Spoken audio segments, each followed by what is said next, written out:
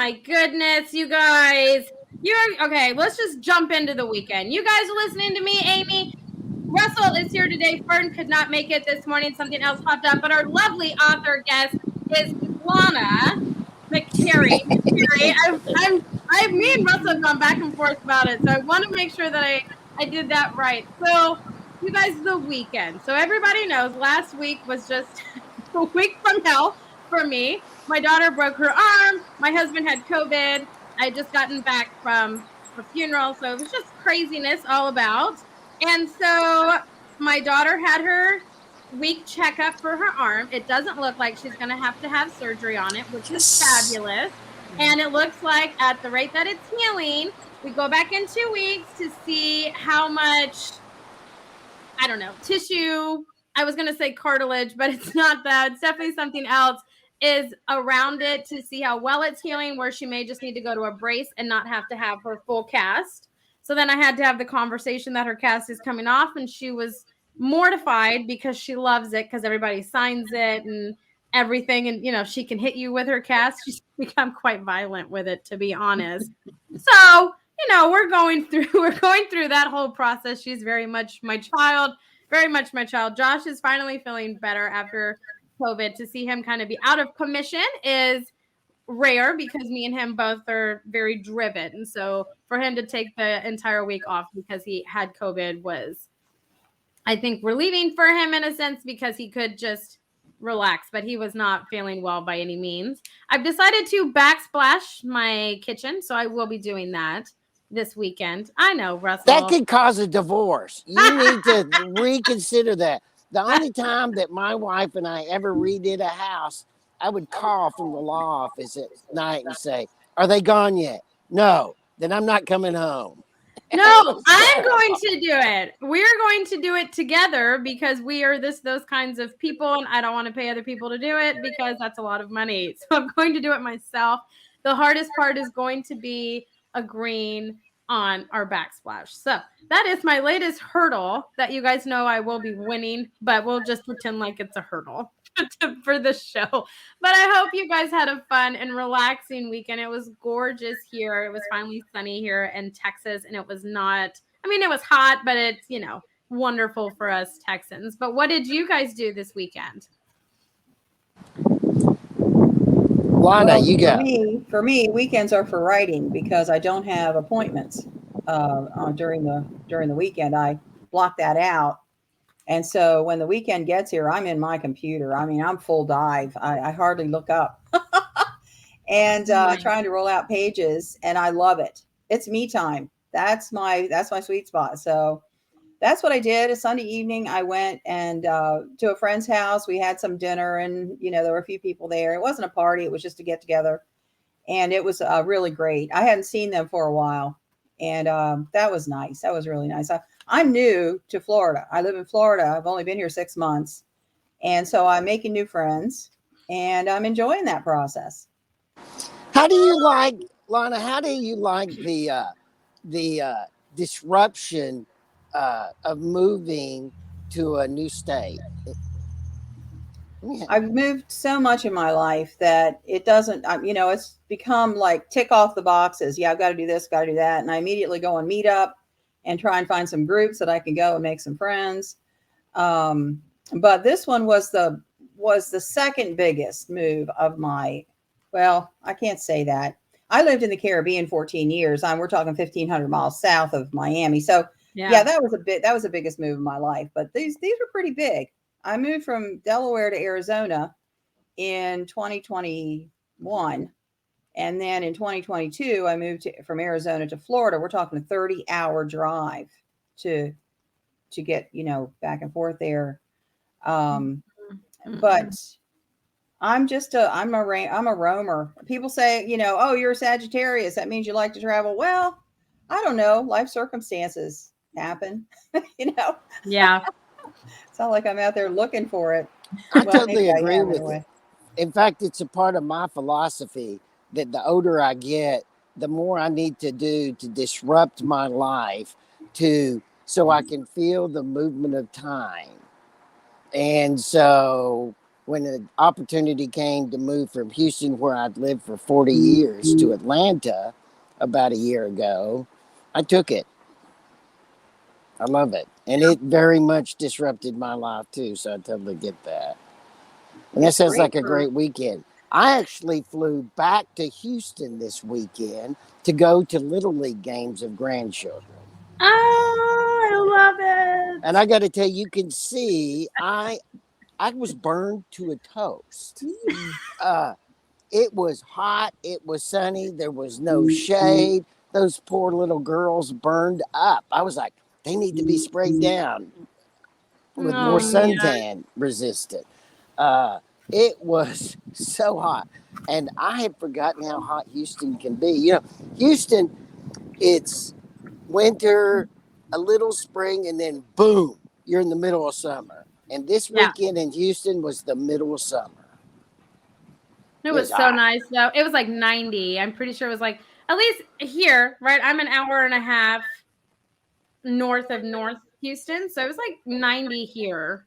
It was pretty hot. You know, you burn to a crisp outside. But man, I can't wait for those days, like for softball and just be sitting out there, because I will be the mom on the sidelines that's just like, you know, swing it up, throw it. Why aren't you hitting? Like, I will be the crazy mom. I've already come to terms with this. Okay, well, it was one of the magic parts about the weekend for me. I coached my daughter through softball all the way until she was on the high school team, and she was a 4-year letterman on her high school team. Now, she and one of the other girls that she played ball with all those years are the coaches, and she's twice the coach I ever was. And so it was fun to watch my daughter, who we have this relationship not only as father-daughter, but as in softball. Now she's passing that along to the grandchildren. It was pretty cool. I love that. I love it when you get in like grandpa mode. I just love it. One day I'm going to witness it in person. It's on my bucket list to do.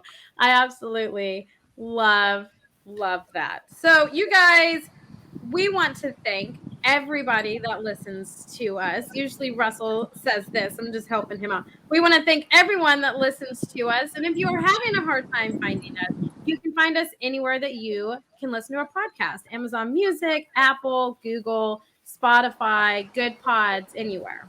And how do you find us on one of those channels? I have trouble doing that.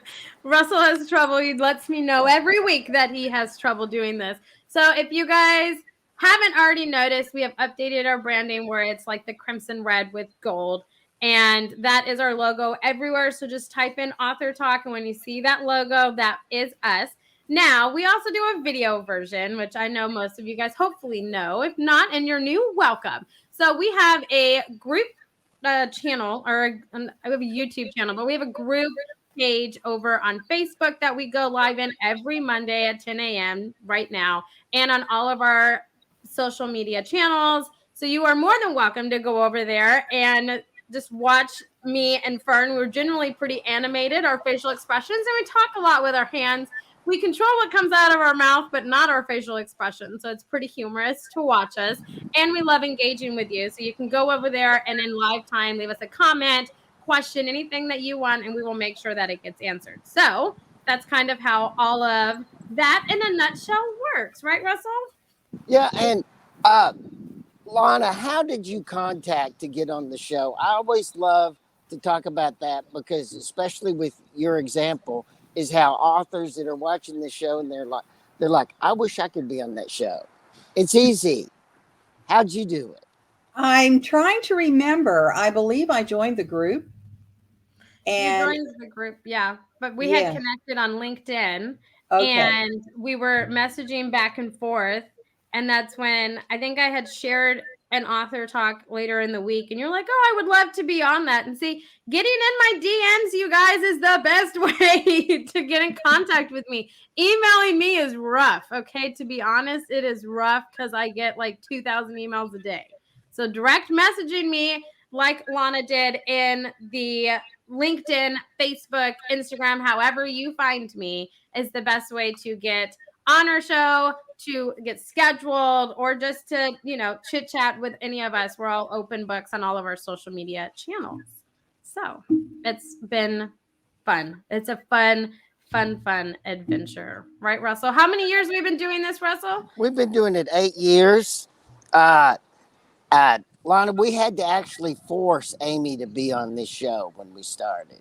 She wanted to just be behind the camera, and we had to blackmail her and find out little ways to get her on the show. And now you couldn't get her off the show. It's great. Blackmail me? No, they didn't really blackmail me. They just would trick me into turning the camera around on myself because Russell would say stuff like that. But Lana, I want to focus on you because holy crap, you are a very accomplished author. So you have written over 43 books, right? Your 43rd book comes out later this year. Is that correct?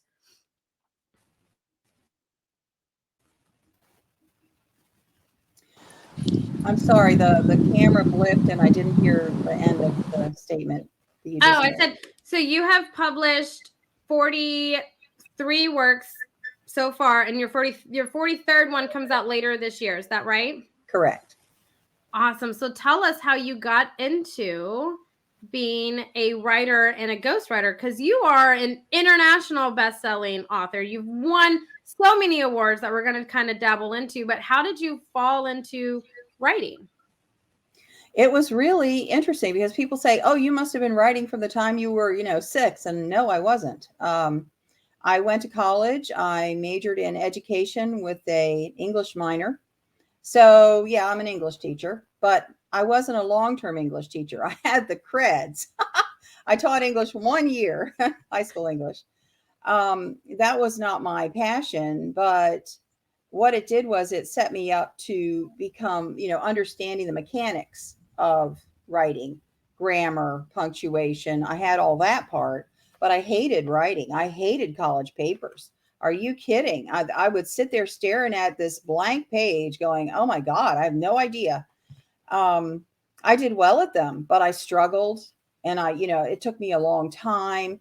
So when I got out of college, I got married in my senior year of college and started having babies once a year. Baby number 1, baby number 2, baby number 3. And I had 7 children in 12 years.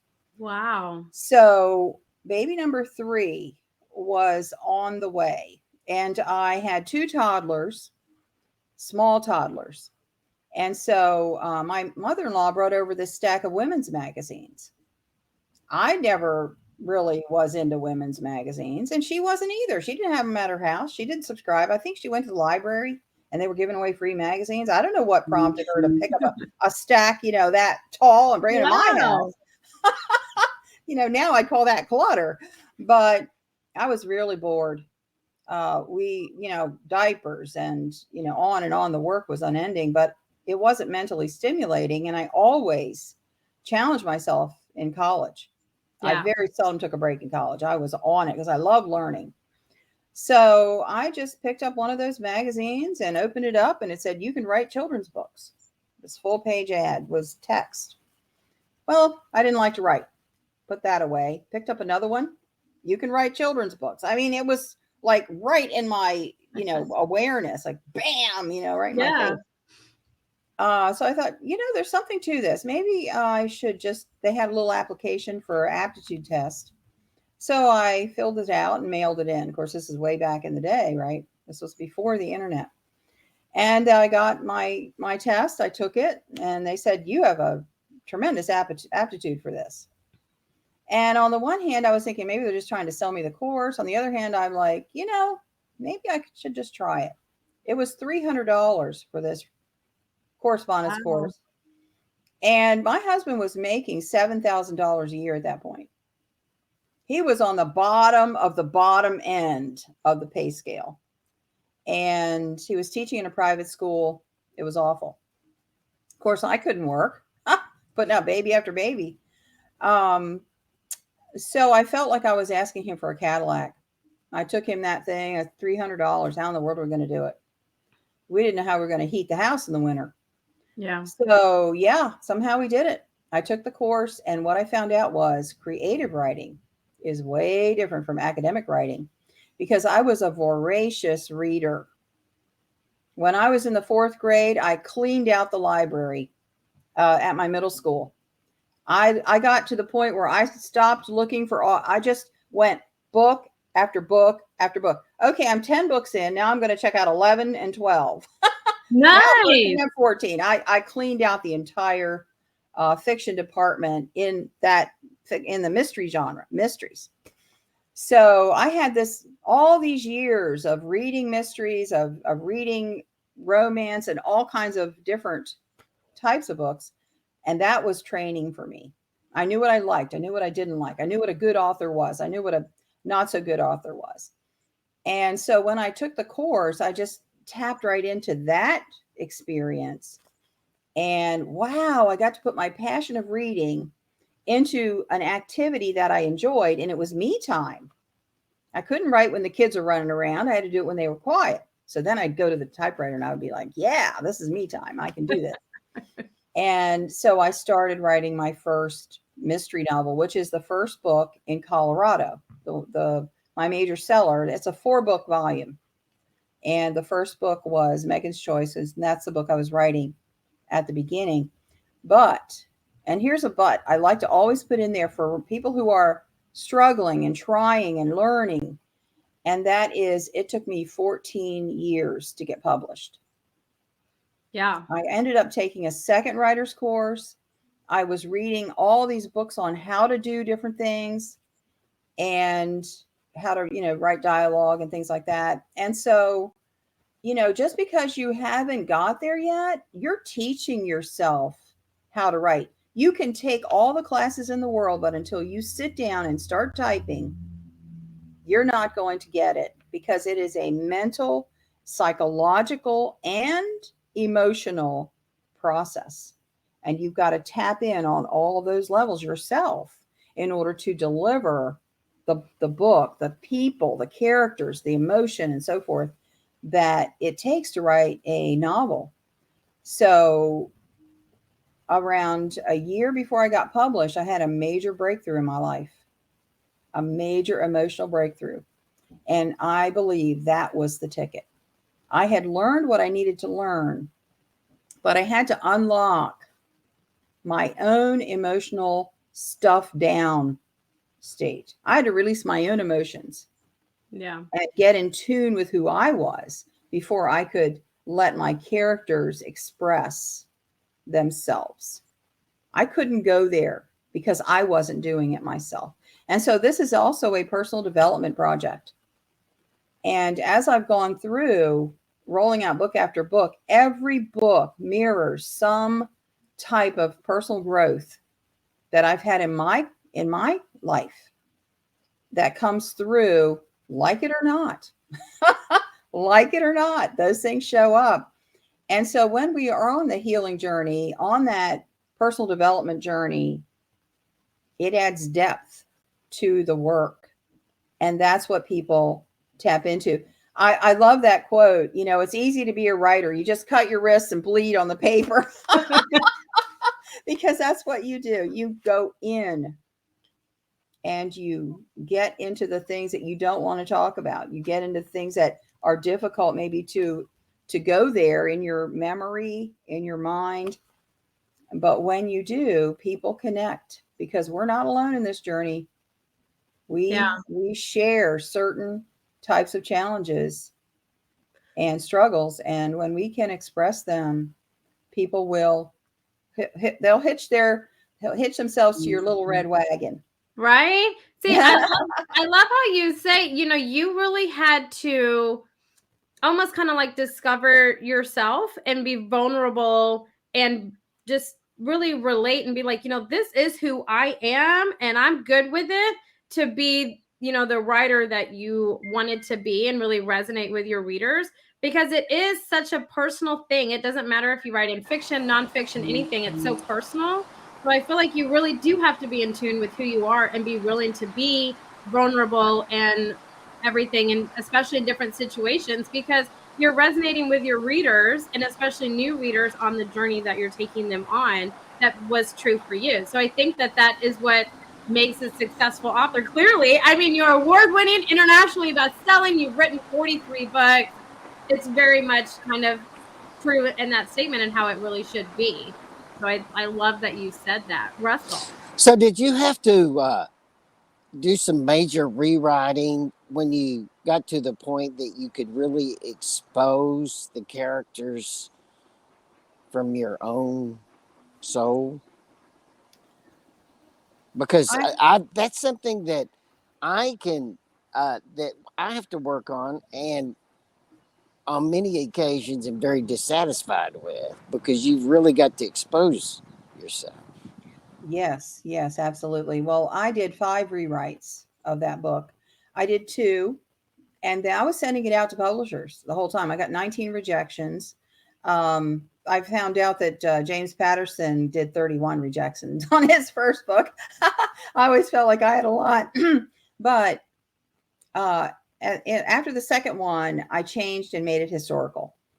So I was really going into a smaller market. I realized I need to go into a smaller market. And, I also want to put in at this point that there is marketing involved here. This isn't just a creative exercise. You have to be aware of your market. Not that you're writing, to get, what people like. No, no, no. What I'm saying is you just target, you aim, you pivot a little bit so you can hit the marks. And so I went historical because there weren't as many historical writers out there. And that took me a while, a couple of years, because I had all the research to do now. But the final edit, the final rewrite, I should say, was after I had this major breakthrough. And that is going through, I didn't change the storyline much, but I added depth of understanding for my main character. And I added a dog. On the last round, I added a dog. So she had someone to talk to. She wasn't talking to the man she was married to. She was afraid. So she would talk to the dog and reveal her inner thoughts and make friends with this stray dog. And that really, I think, was the element that put it over the top and got it published. But along with those lines, I've also, as an editor, I've seen a lot of young writers who want to put too much of their personal experience and freak out the reader. You don't want to freak out the reader. You don't want to make them go, "Oh my God, I can't sleep tonight after seeing that." You want to be aware that your story may be too much for people. Some elements of mine were.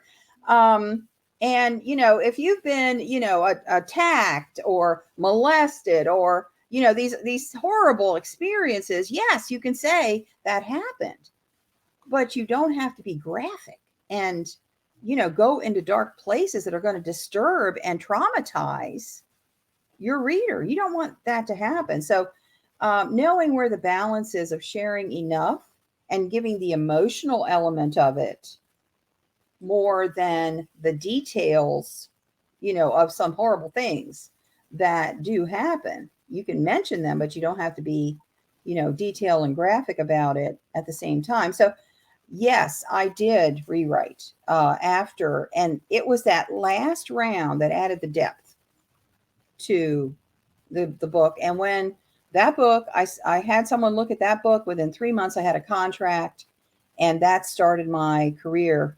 And I ended up with a publisher, not just a contract. The same publisher published my work for the rest of the time, that I was doing that particular phase of my life. So I have a question, if I can, Aimee. Yeah. I understand you're reissuing one of your bestsellers. Can you talk about that book a little bit, its success, and explain why you're reissuing it? Because I'm very interested in that for a specific reason. In between 1998 and 2000, I wrote a historical novel about the Scopes Evolution trial, which took place just a little north of you in Chattanooga there, Russell. It was a 1925 landmark case involving William Jennings Bryan and Clarence Darrow, very famous people of the day. And a famous movie made on it. Yes, Inherit the Wind was a movie made from it. And I'm in writing mode now. and I'm rolling out 1, 2, sometimes 3 books a year. And so I'm on a venture. I just went to this seminar at the University of Delaware. Our family was traveling at the time, and there was nothing to do one evening. Somebody called up and said, "Hey, there's a seminar over at the University of Delaware. You want to go?" I'm like, okay, we don't have anything to do. And when we were there, the speaker mentioned an aside. He said, the Scopes trial was a complete sham. Nothing that you see in the movie or in where they talk about it in the history books was true. Well, they had my attention. They had my total attention now. Right. So I went and I got the biographies of the 3 main players, William Jennings Bryan, Clarence Darrow, and John Scopes. And I read 3 biographies in the same week and found out it was a sham. They all agreed. All 3 stories agreed exactly. And so I thought, I'm writing that. Well, how was it a sham? Explain that.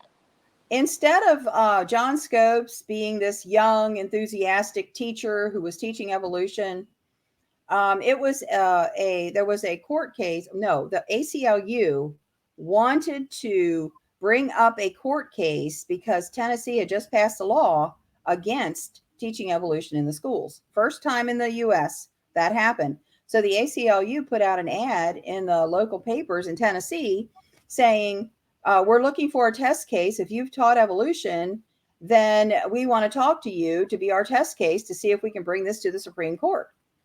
So the city fathers in Dayton, Tennessee, is a little backwater town north of Chattanooga. It was a failing mining town. And the city fathers got together and they said, hey, we got a chance to bring this case to Dayton. Wouldn't that be great? Can you imagine? William Jennings Bryan, Clarence Darrow, the media would be crawling all over this. And we would have so many people in the town. And the town boosters were like, hey, we need to do it. They said, well, they called in the biology teacher.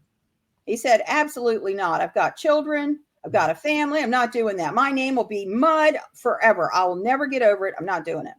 They're like, okay, well, who else? Mr. Biology teacher. He said, well, John Scopes substituted for me one time, but I don't think he taught evolution. I didn't even have it on the docket at that point. They said, okay, fine, John. He was a physical education teacher.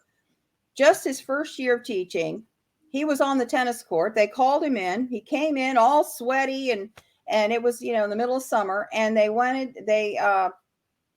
said, hey, John, we need somebody to stand in for this. And you taught, Mr. Biology teacher's class one time. He said, well, I didn't teach evolution. I don't even know what evolution is about. I never studied it. I don't even know what it is. They said, well, it doesn't matter. We're just going to set the case up and we're going to make a big deal and you'll be the star. And come on, John, help the town out now, buddy. 20-some years old kid. He's like, okay, can I have a soda? So they brought him a soda. So, that man's life was ruined. Yeah. After the case was over. He actually went to Brazil and started a whole new life in Brazil to get away from what he faced there. So that was a setup, and it was a setup. There was nothing true about it. He never taught evolution. He was not out there some activist. No, he was just a kid teacher. They actually coached the witnesses to testify against him, to lie on the stand. That's validated. I saw the videos of the 3 boys who were coached. I saw a video of them when they were in their 60s and 70s. They did a video in Dayton just for, history record. And they talked about how they sat in the back seat of a car and someone coached them what to say on the stand because they had no idea what evolution was. They never heard it before. They never had it in school. Because they wanted John to be convicted so they could take it to the Supreme Court. So that's really what the setup was. And then, of course, the big names got wind of it. Promotion. I mean, promotion galore. And the ACLU didn't even want Clarence Darrow. They wanted their own team. They had Dudley Field Malone and some of these other guys. They wanted their team to do it. But Clarence Darrow went over there and said, hey, I'm in. You're going to put me in there because I said so. And they did. So he was kind of like window dressing, because their team was actually running the prosecution. And then William Jennings Bryan showed up He wasn't even practicing law at the time. He was selling real estate in Florida. And so one of the humorous elements of the book is to highlight some of these people and some of the things they were doing. Because, when court was adjourned, he was out, William James Bryan was out there on the sidewalk handing out flyers selling real estate in Florida. Oh, wow. Yeah. Oh my gosh. Oh my. Okay, this is a spectacular interview, Lana. I love this. You're giving us new information about something just totally interesting, and I love it. Who would have thought this interview would gone this way? I love it. This is truly like sitting around having coffee and having a conversation. This is awesome. Now you know why I was so excited to write the book. And I went to Dayton twice. I met with Richard Cornelius, who was the historian in town. He's passed away now, but he took me. He took me in his personal car and drove me around Dayton and said, "That's where so and so lived. This is where so and so lived, and this is where this happened." And just literally opened the world to me. He had files and files of things from the day. And he took me to his office. He showed me everything. And then he read the entire 400-page manuscript and gave me advice about how to make it accurate, because I wanted it to be absolutely accurate. And he gave me that. And then he wrote an endorsement for the book as well. So I just was so grateful to find someone of that caliber, dedicated his life to collecting this history and preserving it. And then he opened it up to me. So I had, some God moments in that whole process. And so this book is magic. It's magic. It's a little different from other things that I've written, but I created a serial killer that was there during the trial for interest and also to bolster the theme of the end result of this whole philosophy discussion. And it won the Christie Award the year it was published in 2000. Then the award came out in 2001, but it won the Christie Award. And as far as being a novelist, that's something I really want to highlight here too, is that we don't submit our work to awards because we don't think we're going to win. And we automatically give ourselves a lose when we don't submit. Because my publisher contacted me and said, "We'd like to submit this to the Christie Committee for the Christie Award." And I said, "Does it cost anything?" And they said, "No." They said, "Just send 10 copies." I said, "Okay, sure, I'll do it. I mean, what? Nothing ventured, nothing lose." But I didn't, nothing ventured, nothing gained. But I didn't think of the Christie Award. It wouldn't have occurred to me to submit. But my publisher was proactive, and they sent it in. And I got the email, I don't know, 4 or 5 months later, "You're a finalist for the Christie Award." And I freaked out. I stood up, my desk chair went over backwards. I'm screaming. My kids are, I've got all these kids. They're all running in. What happened? What happened? I love it. And so I thought, well, being a finalist is amazing. Yeah. But the award ceremony was at the Marriott in Atlanta on Peachtree Drive. And I said, I'm in Natchez. I was in Natchez, Mississippi at the time, living there. And I said, I'm not going to the awards. I got to go a distance and pay hotels. We were still living, hand to mouth with all these kids. We were feeding kids, not putting money in the bank. Yeah. So I would totally wrote it off to go. And then I get an email from the Christie Committee saying, "Are you planning to attend the award ceremony?" And I said, I wasn't planning on it. They said, "We highly recommend that you come to the award ceremony." And I said to my husband, "I think we better go." Right? They kind of encouraged you to come. You need to go. So we made our plans, and somehow we did it. We went, we attended. There are 9 categories. I was in the historical US category, and they had a stand, and there were 5 or 6 finalists for each category. So I'm standing there at this big dinner, at the Marriott. It was amazing. And I'm looking at my heroes standing there, other novelists that I looked up to who were far ahead of me in the field, been there for years publishing. I'd been publishing for 4 years at that point. And they called my name.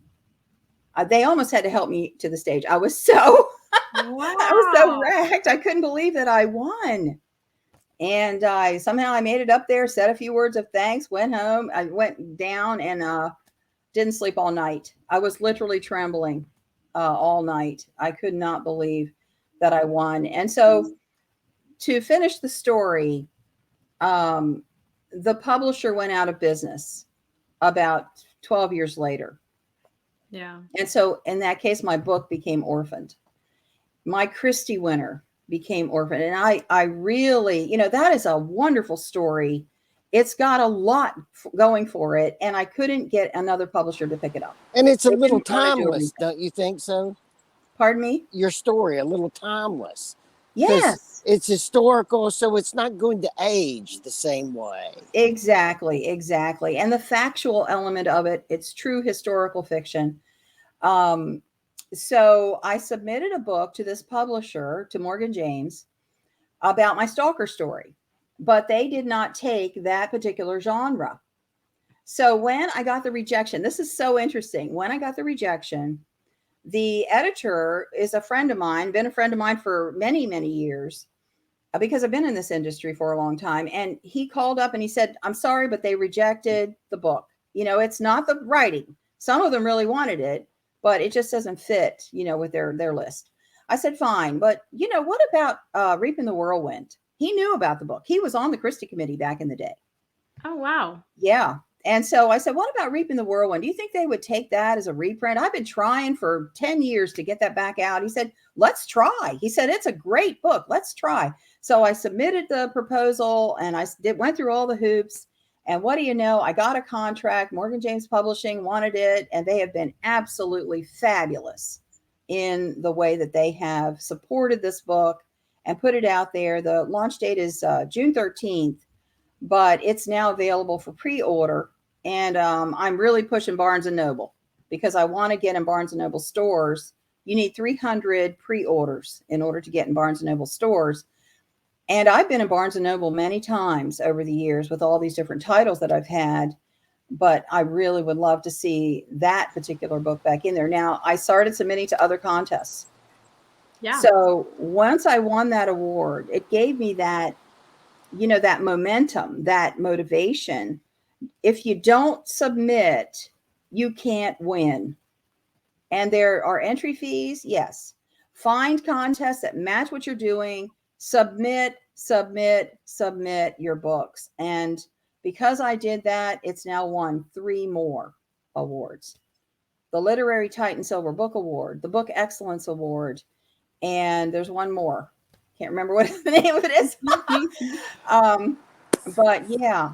I have to ask you one more question as a writer about this best book that you've written, at least by its awards. Once your publisher, you have a new publisher and they're excited, they're going to republish it. Did they want to re-edit it? And how much what occurred on that? The book is exactly the same. The contents of the book, the story is exactly the same, except I took off some back matter. I had 2 appendices with William Jennings Bryan's final closing argument. I had an index. I had some other materials in the back supporting the history, which I left off. So the book is no longer 400 pages. It's now 288 or something like that. But the story is exactly the same. It's a Christie winner. When they said, do you want to change the title? I said, absolutely not. This is a Christie winner. We're going to leave it as it is. Now it has a new cover, which is fabulous. A fabulous cover. I don't know if I have a copy of it here or not. Sometimes I keep one close. No, I don't. But it is a beautiful cover. And so that, was a perk of going with Morgan James. I like the second cover way better than I like the first one. So it's been a wonderful reawakening, I think, of those days. I've been ghostwriting for 8 years now, and very few people in my circle on social media or other people know me as a novelist. And Reaping the Whirlwind has allowed me to come back with my true, authentic self. And I launched my fiction course again, which I was teaching back before, because I went through a divorce in '09 and my life completely changed. And I stopped writing my own work. I went to writing ghostwriting. And so all of that kind of faded into the background. My writer's course, I closed everything down. I had to get my head on straight to figure out what I'm going to do in this phase of my life. And so I've been able to bring my course back. I just finished the first the first class has just finished.